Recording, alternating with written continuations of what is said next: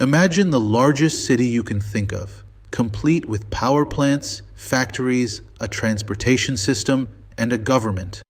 Now, shrink that city down until it's microscopic. That's a cell.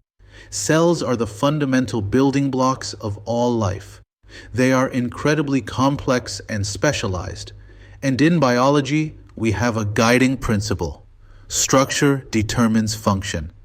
A nerve cell is long and thin to transmit signals. A muscle cell is dense and fibrous to contract. Every part of the cell is perfectly shaped to do its job. When we look at life, we categorize cells into two major groups. Prokaryotes, like bacteria, are the simple, older models.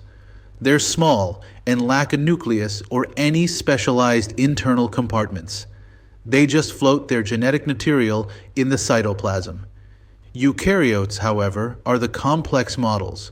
They are larger, contain a true nucleus to store their DNA, and are full of tiny specialized structures called organelles. Your own body is made entirely of eukaryotic cells. Every cell is contained by a cell membrane, which is essentially the city wall and the customs office rolled into one. It's a flexible double layer made mostly of fats called phospholipids, with proteins embedded throughout.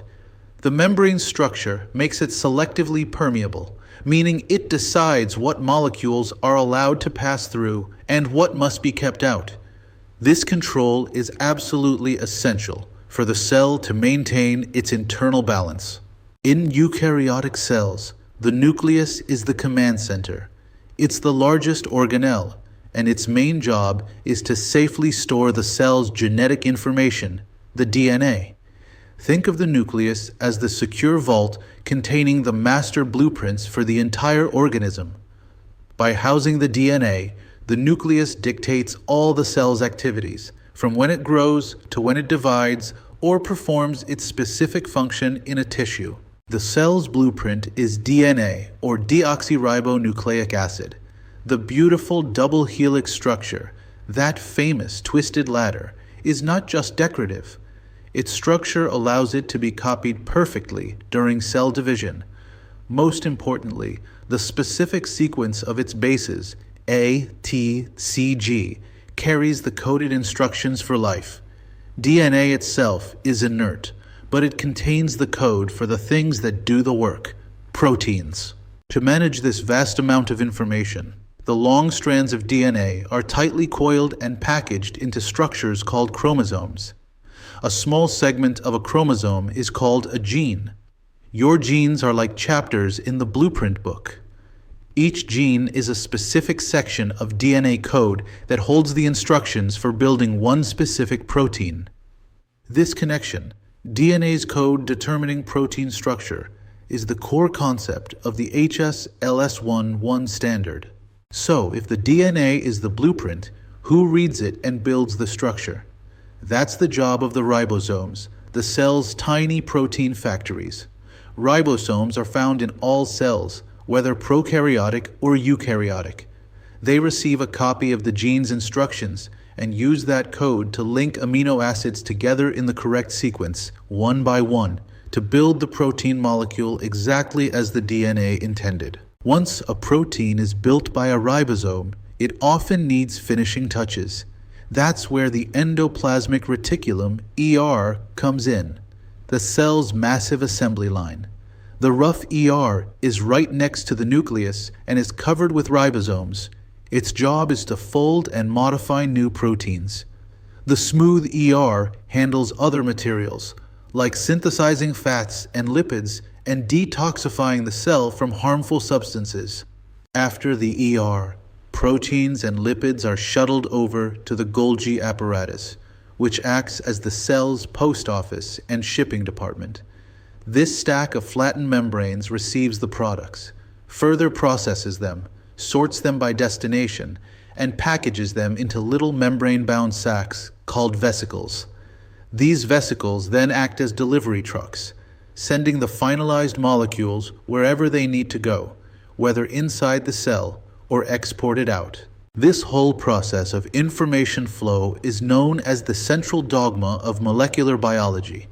DNA information is transcribed into an RNA message, and that RNA message is translated into a protein. The DNA stays safe in the nucleus. A temporary copy, called mRNA, carries the instructions out to the ribosome in the cytoplasm. This elegant two-step system ensures the genetic blueprint is used without ever leaving the protective nucleus. Proteins are the true workhorses of the cell, carrying out virtually every function.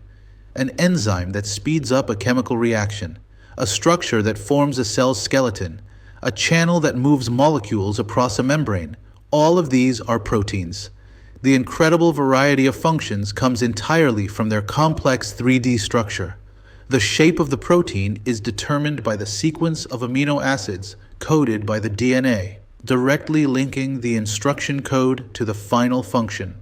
Every city needs a power plant, and for the cell, that's the mitochondrion. These organelles are responsible for cellular respiration, the process that converts the chemical energy stored in food, like glucose, into the cell's usable energy form, ATP.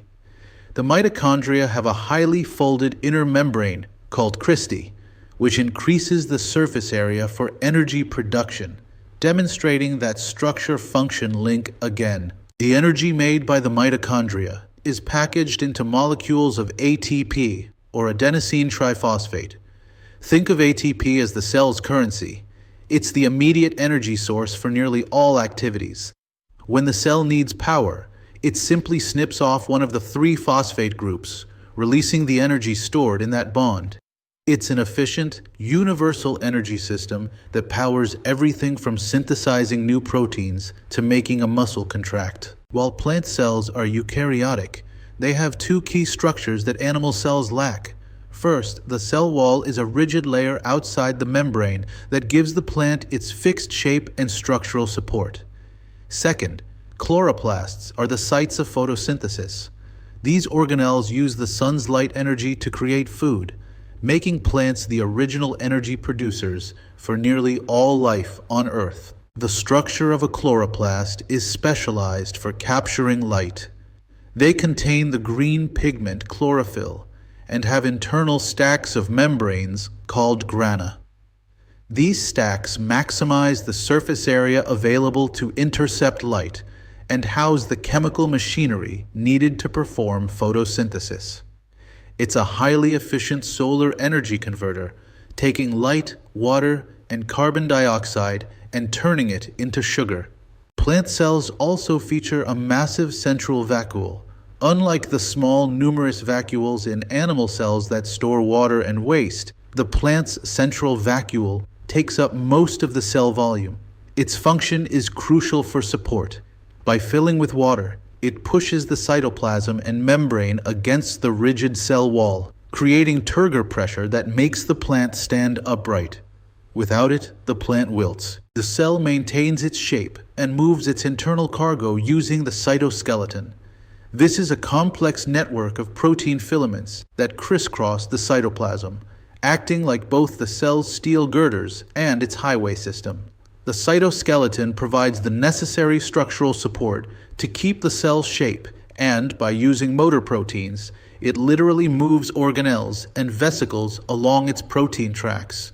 In animal cells, the lysosomes serve as the cell's waste disposal and recycling center. These small membrane-bound sacs are filled with powerful digestive enzymes.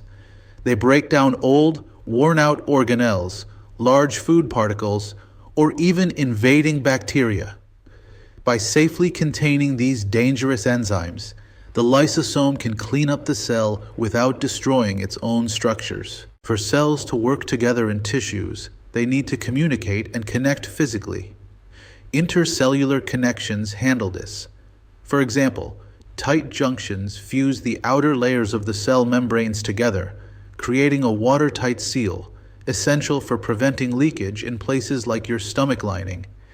Gap junctions are tiny protein channels that link the cytoplasm of 2 cells, allowing small signaling molecules to pass directly between them, coordinating action, as happens in your heart muscle.